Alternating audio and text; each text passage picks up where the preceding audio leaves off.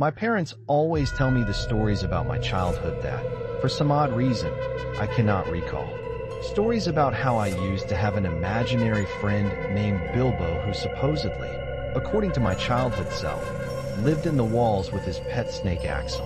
Wherever the hell I came up with this, I have no idea, but apparently I spent a lot of time with Bilbo and Axel because my parents always tend to bring it up whenever I visit them. I decided that I'd go on a little vacation over the week of Christmas in 2009.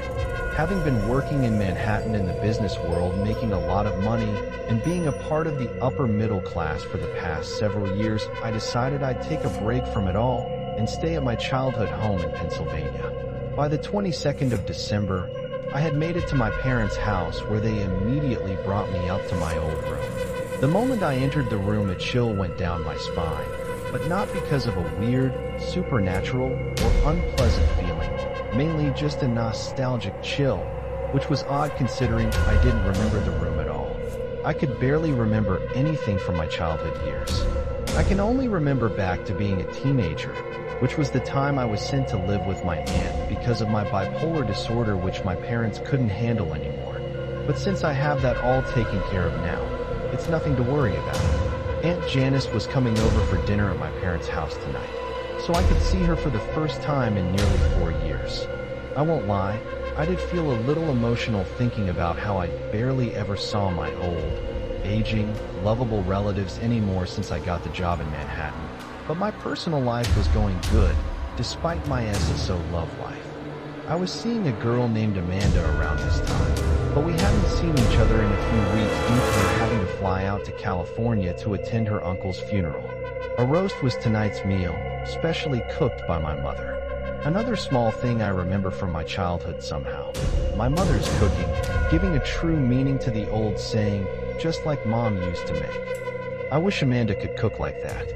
At the dinner table, Aunt Janice told me some humorous stories of my childhood and events at the house, mainly from holidays and other family gatherings. Sadly, I couldn't remember anything from these events, but they were humorous and entertaining to hear. After dinner, Aunt Janice had to leave, so I kissed her on the cheek and she left. She still looked good despite her growing age, now being well into her early 70s. It put a smile on my face to see her, which gave me a remembrance of my pleasant teenage years living at her home in Pittsburgh. She now lives close to my parents' house since her husband, my Uncle George, passed a few years ago. At around 11 p.m., my parents went off to bed and told me I could stay up and do whatever I wanted as long as I kept the noise down. I decided to go into my old bedroom and watch some television for a bit until I got tired. So I did just that, flicking through the channels to find practically nothing entertaining. I ended up just having a look around my old room. I opened up the closet and found the typical objects you'd find in a young boy's closet. Action figures, Lego, coloring books, all the good, fun stuff. What caught my eye was a brown cardboard box in the back of the closet, obscured by a pile of child's clothing. I dug through the clothing and took the dusty box out, opening it up to reveal several VHS tapes, about 6 of them, all labeled with numbers that were crudely drawn on with crayon, in the handwriting of a small child. At the bottom of the box, I found a folded piece of paper that was torn from a notebook. I took the paper and unfolded it to find, written again in crayon, The Adventures of Bilbo and Axel. I recognized the names as being those of my imaginary friend and his pet snake. I found this extremely interesting and possibly could help me remember my childhood. Luckily in my room, there was a VCR hooked up to the TV that hadn't been used in probably 10 years. Digging through the tapes, I dug out the one labeled #1 and put it into the VCR. The VCR spit out the tape a few times, but after the 3rd or 4th time it finally popped in and started to play.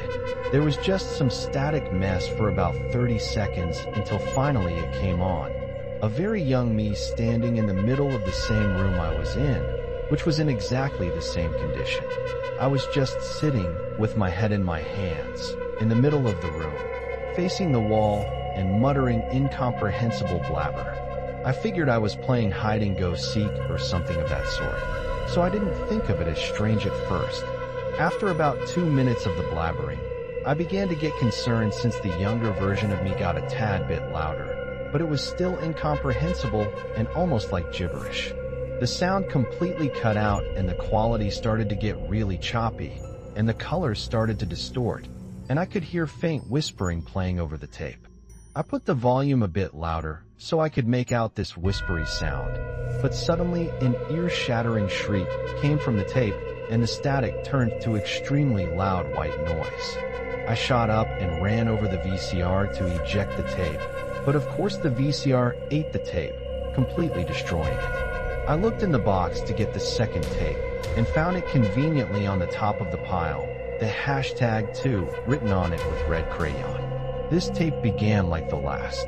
When it finally came in, there was absolutely no sound at all.